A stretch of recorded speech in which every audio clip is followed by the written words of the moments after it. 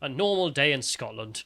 It's another bright day. Well, not a bright day. No, that wouldn't be normal. Another grey day in Scotland in which nonsense is happening. And a cold one. Yeah, as normal. And the first thing I want to start off with is just a premium speech Carl gave at the Witten that we did. This is AA's conference, the second one round, in which he talked about the word in the Shire, which he just sort of sat and spoke about, like, look how much we've lost, and listed the number of things, of institutions that the British right does not have. Not even English heritage belongs to the English people anymore.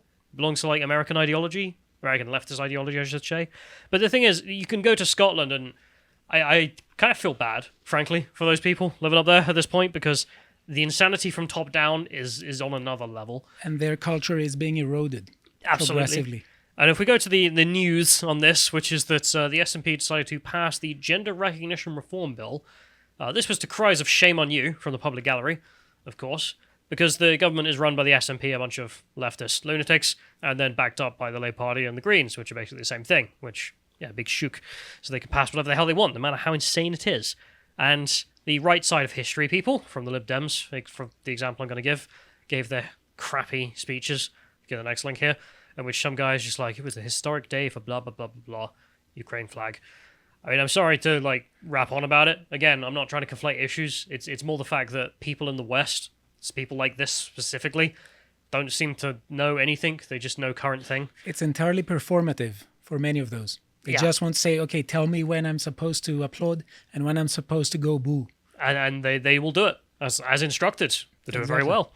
And this is just one guy there. But if you go to the next one here, we have the fact that a friend of mine sent me this image. He's currently in Russia with family, just holidaying. And then he texts back, and he looks back at the UK, and he's just like, oh, for God's sakes. But yeah, you don't have to have that experience in Russia. You can have it most of Eastern Europe or anywhere outside of the West. But it's just funny. For people listening, we're looking at an image of some people applauding the bill here. I'm surprised. I expected more colorful clothing. And usually we wear black when we mourn. Yeah, I mean, maybe some more dyed hair. I think there's a few dyed hairs there, but I know it's a meme, but the meme's real as well. There's just someone over there with a little, like, fist up as if they're fighting the power. Like, bro, you are the government. What are you talking about? You're the dominant ideology of the entire civilization. It is the right side of history, so she must be thinking that she's fighting the bad guys. Yeah. Although the funniest thing was not these people. It was the TERFs that showed up, because, of course, the TERFs were against this. One of them decided to do this, which, if you scroll down, it is censored, but... So some TERF there got up and was like, you guys aren't being reasonable, this bill is horrific, and if you're not going to be reasonable, I'm not going to be reasonable. And just... in the old Scottish way of the old men, I suppose, in their kilts, she pulled up her dress, and there was nothing underneath to cover up what was below. So there you have it. I don't know what argument how they can counter this argument. Yeah, I mean, that's true. Yeah. Can you click on the image? Just notice that woman on the right there who stood next to her. That face. What? What are you doing exactly? TERFs are TERFs, and quite a lot of TERFs are very strange people. I remember the other day I started trending some crap about, women's rights and the fact that it's being eroded by, trans rights. If that means anything. Imagine that she's the sane one here. Yeah, that one is. Yeah. That's the absolute state of this. But this thing was trending. I remember Carl just reading out about how some TERF was tweeting about how men are oppressing women, and this is all men's rights activism gone too far. And I'm just like... whatever. Get off the internet, man, for 5 minutes. Like, these aren't men's rights activists, these people doing it to you. But, this was funny, to say the least. I also wanted to know a BBC headline I saw. What does that make you feel? It makes me feel that if alien came and visited Earth and Scotland right now, they would say maybe we should destroy this whole species. Because what are they doing exactly? Yeah, what are they doing? They're debating. They have so many thousands and million years of history. They cannot even settle on simple matters like that. For people listening, it's a BBC article I found scrolling in my timeline, and it says, "The two sides of Scotland gender law debate." And then it's an image of a man looking reasonable, like he's having a conversation with a sign that says a man can't become a woman. And then there's a up-nose, snooty, pointing lady with trans rights now. With the obvious other thing here noted from some people I saw was that one of those signs is obviously mass manufactured, and the other one is obviously brought from home. Like, that dude's had to make it himself. It's kind of funny and tragic because, it's as if there weren't any real issues. Well, there is, which is how do we help pedophiles? Which is the question here, because that's the thing. It's not obviously that all people who have just trans dysphoria are pedophiles or anything of the sort. Instead, it's the fact that, well, what's in the bill exactly? Because the thing is, if you go to the next one here, you can see quite a lot of crying people who were on the side of women's rights here, who were obviously crying a lot because what has been passed is that you no longer have to have any real evidence or process to change your gender, so you can just insist, and then the process is nice and quick for you. All the evidence you need is just what you say you are. Your tears say more than real facts ever will. And, well, these ladies are crying. Carl was Or having quite a your good time with tears this. create facts. Yeah, I mean, these ladies here are crying because they're upset about what's obviously going to happen in female refuges or female prisons or et cetera, et cetera. And I think they should be. They should be afraid of it. I mean, well, the cases have already happened in England. Yeah. So we all know what's coming. Exactly. So normal day in Scotland, I guess. If you go to the next one here, there's also someone else giving a speech and someone making the point, trans children, sex is non-binary. Like, I don't know about what it's like in Greece with the culture, but like I like to pop off to like somewhere that's a bit of different. And I went to Russia and like there's none of this. And then for 2 weeks you come back and you read that sentence again and you just think, Where am I? yeah. Yeah. I thought I completely forgot about this crap, but no, it's back. It's normal, I suppose. Well, And it is definitely stronger here. yeah, it's also causing political divides, which I'm always happy to see. If you go to the next one here, see the Labour Party's falling apart over this. Oh, they're are criticizing J.K. Rowling again. Yeah, this is Stella Creasy, Labour MP. J.K. Rowling is wrong. A woman can have a penis. Well done. You're a clown. Words mean nothing anymore. Yeah, I mean, just I don't know if you can buy. You know, you can buy makeup sets. Like, Yeah. like women have like stuff you can buy. I want to buy like a pre-made set that's like a thing you get someone for Christmas that is literally just clown makeup and like it's in the shape of a clown's face, the little bits that you need to use. Yes. And just like constantly deliver them to MPs' addresses. Yes. Like this, their offices, and be like, look, I got you a gift. Anyway, the thing in here is because, of course, a bunch of Labour MPs also voted for this, well, not MPs, MSPs, sorry, in Scotland to pass this in the Scottish Parliament, along with the SNP. So, let's simplify this. It crosses party lines. I don't care for the acronyms either. Leftist, non-leftist, in Scottish Parliament, mostly leftists, and the red leftists are also there, wearing their red flags, and this has pissed off a lot of women, which is good news. Because just voting data, women are more likely to vote for the left-wing parties in pretty much any Western society I've seen voting data for. And if they're losing women en masse because of this is a good thing. In which case, yeah, we go are further. looking at tectonic plates shifting in the Hopefully. political sphere. I mean, I did warn that this was going to become the case, and then they just kept pushing, and I'm like, okay, oh, cool. Let's go. And the hashtag being Labour losing women on this one. There is a statement from a Conservative, this in England, of course, which is from the UK Parliament, Kemi, just being like, you guys are retarded. What are you doing? Because I think she's still in charge of equalities. I don't remember. And the thing being that I've also seen just before we started, the UK government is just openly saying now that they're just not going to ratify this. Yeah. As in, they're not going to give royal assent to the Scottish Parliament's bill because of the obvious safeguarding concerns.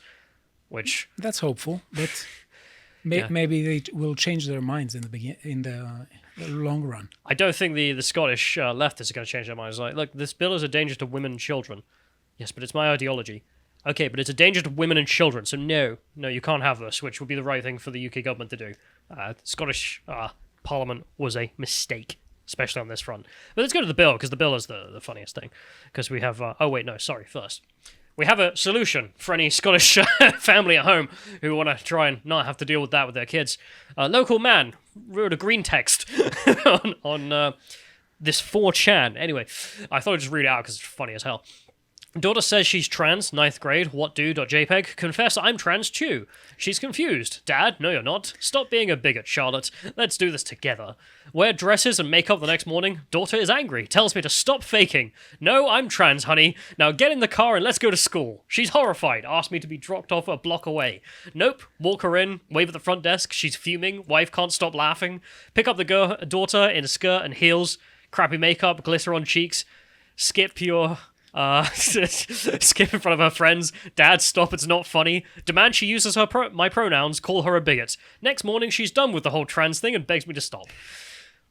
I'm not going to lie, I think it would work. Yes, I think so. And I wonder whether all this is fundamentally dependent on the feeling that many teenagers have that the world doesn't get them and they're so special. So now that this particular father acted this way, the daughter didn't like it so much. Yeah, I mean, he makes the point. It's the equivalent of being goth in the 90s. It's just like, if the parents get involved, suddenly it's uncool.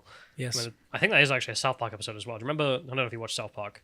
I have watched some episodes, but not all of it. There's one called Pokemon. Yeah? Where it turns out Pokemon is actually a big conspiracy by the Japs to organize the second Pearl Harbor bombing. Yeah. Anyway, it stopped because all the parents start loving Pokemon, and all the kids are like, hey, I'm getting out of my Zero. This isn't worth bombing Pearl Harbor for now. It's not cool. Anyway, getting back to it, let's get to the article, because there you have it. Scotland's gender bill is a worry for the Labour Party. Good news.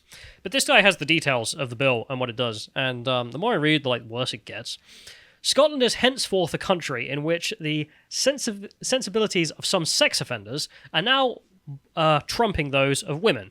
This is not just an SNP problem, because it extends across the Scottish Parliament, whose members are so desperate to be on the, quote, right side of history. I wonder whether the Labour Party is less woke than the Tory Party at the moment. I don't know. I mean, Kemi's not, so that's one saving grace. They outsource their critical faculties to the government-funded third sector organisations, who then petition the government in support of the government's own legislative proposals. That's a description of how this really works, because of course those MSPs don't have a brain. Yeah. I mean, conversation with such leftists, and you'll quickly find that. So what happens is that a third body is told to tell us what's the right thing, and then they go away and come back and go, leftism, that's the right thing. Oh, good. It's a good thing the government's leftist. Beautiful system. Beautiful, beautiful system. Hitherto, obtaining a gender recognition certificate has required a medical diagnosis of gender dysphoria, the profound mismatch between a person's biological reality and the conception of themselves. And 2 years living as their acquired gender. That's been the process, which seems perfectly reasonable to me. Takes a long time. Yeah. That's kind of the point, which is to ensure that this is not a mistake and we don't ruin someone's life and their future. Sturgeon considers this degrading, intrusive, humiliating set of requirements. Yes, if you cannot self-identify as a gender and not be instantly that gender at that moment, it's very oppressive. Literally the Holocaust.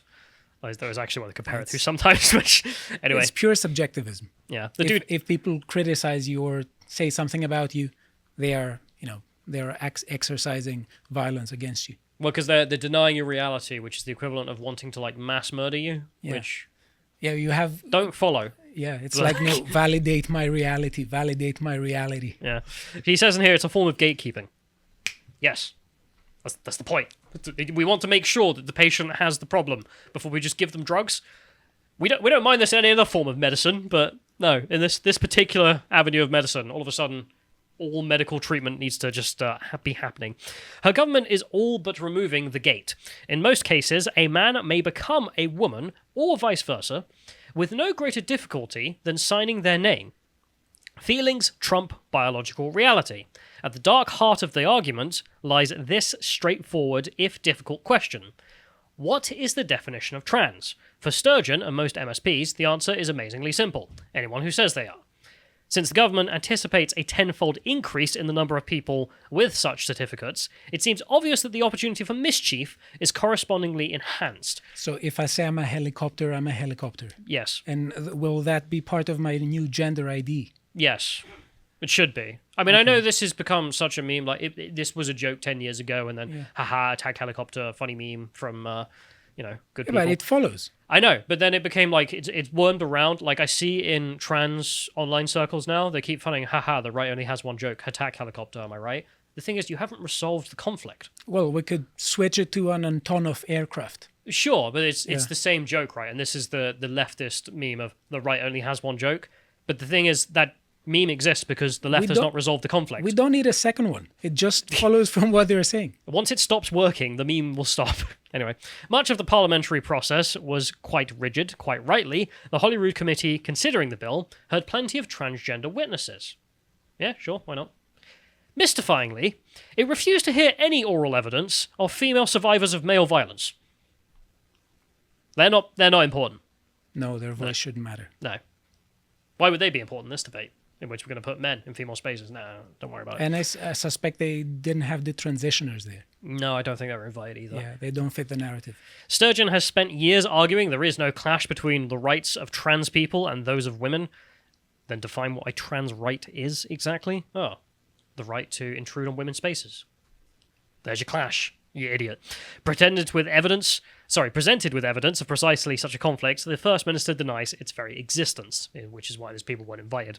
The problem, Sturgeon says, is predatory men, not trans people.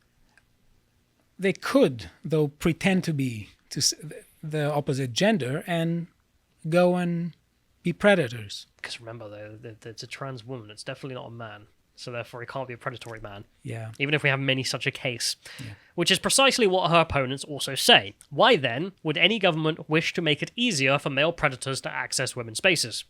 A sensible question. The response is instructive. Bad actors would target women anyway, so arguing this legislation makes it easier for them to do so, in a broad sense, irrelevant. Okay. It's like, why bother trying to protect women? Because they get raped anyway, right? That's amazing. This is actually an argument from an SNP member. Let us not make it suspect that a man can walk into a woman's toilet. Yeah, just don't think about it. They're gonna look like some percentage of women are raped, so if that number increases, what does it matter? Thank you, SNP. Flawless logic. Kenny Gibson, one of the few SNP members to vote against the bill, asked a good question. If a fox said it was a chicken, would you put it in the hen house? For this, he was accused of borderline hate speech and threatened with the law. I wouldn't put it in a hen house, personally. Bafflingly, it is now possible for an individual to also be simultaneously male and female in Scotland. If they say they are? No, it's depending on which department you're in. This is actually brilliant. A trans woman, that is a biological male, may be considered a woman for the purposes of achieving gender balance in public sector boardrooms. Oh, that's magnificent. Sorry. So, I need to listen to what you have to say now. This is brilliant because, of course, if you want to keep your job, you are now a bisexual woman. Whilst also being recognised as a man if they seek access to single-sex spaces protected under the terms of the Equality Act. So it is now perfectly legal in Scotland to be both genders at once, depending on which is politically advantageous. Yes. Love it. In that circumstance, says Shona Robinson, the minister responsible for this piece of crap, they might be a genuine trans woman trying to enter a service that excludes them. There you have it. When ministers talk of genuine trans women, they implicitly also talk about non-genuine trans women. And who are they? Sorry, I've lost it. They're out of their minds. Who's a non-genuine trans person? Because you've just said there are genuine and non-genuine ones, Mrs. Minister. Well, it's the male rapist, isn't it? And the thing is, I don't know what it is with these people. Like, to go with this, you have to believe nothing ever goes wrong. Yeah. Like, society's just perfect. Nobody's a bad person. Everyone is good. Which maybe they do. Yeah. Maybe they are all that brain dead. And it's a good thing nothing does ever go wrong then, isn't it? Yeah, very good. I'm about to read some stuff that's gone wrong. This ain't going to be fun. So, this ain't great. 2 survivors allege they were groomed, sexually exploited by staff at Scottish LGBT youth charity. Surprise. Who could have seen that coming? LGBT Youth Scotland, formerly known as the Stonewall Youth Project. Oh, Stonewall is a synonym for bad. Yeah, it's a synonym for sus. And at this point, there's a reason they changed that name, which is they didn't want to be associated, I suppose. Is known as Scotland's national charity for LGBTI young people. Why only stop at I? The organisation works with youth aged 13 to 25. Don't know how 25 counts as youth. And delivers programs to schools, organisations, and businesses, which gives them plenty of access. If you say you're young at 25 and you count as youth, then you may be. The charity was founded in 1989 and renamed in 2003. The same year, a notorious paedophile, Jamie Rennie, became the chief executive officer. That's convenient. Cool.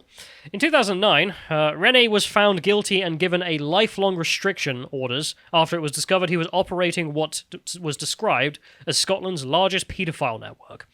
Other men arrested included John Murphy, a former journalist with the Gay Times. Pure coincidence.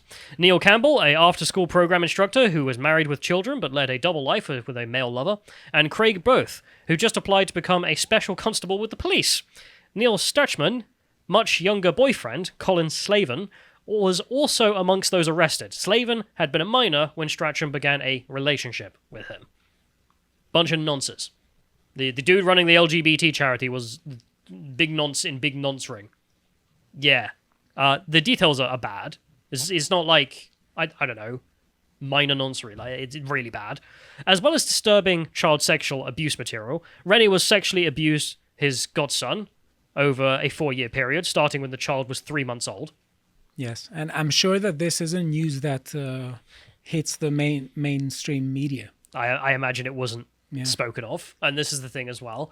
These people were obviously presented at the time as, oh, look, they're just for love. They're just for LGBT acceptance. Nothing wrong will ever go wrong here. Yes, and everyone who dared to criticize that was immediately portrayed as a You're just a bad homophobe. person. It's like, Yeah. no, I'm really suspect of this dude. Yeah. Why does he want to hang around with kids all the time?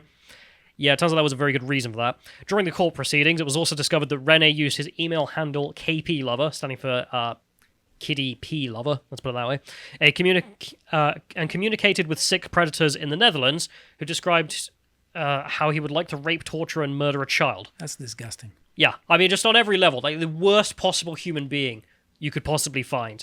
The trial was labelled the worst ever abuse case in Scotland by the media at the time. And while soliciting for sexual materials, this guy decided he just specifically looked up, requesting young Down syndrome or learning difficulty kids.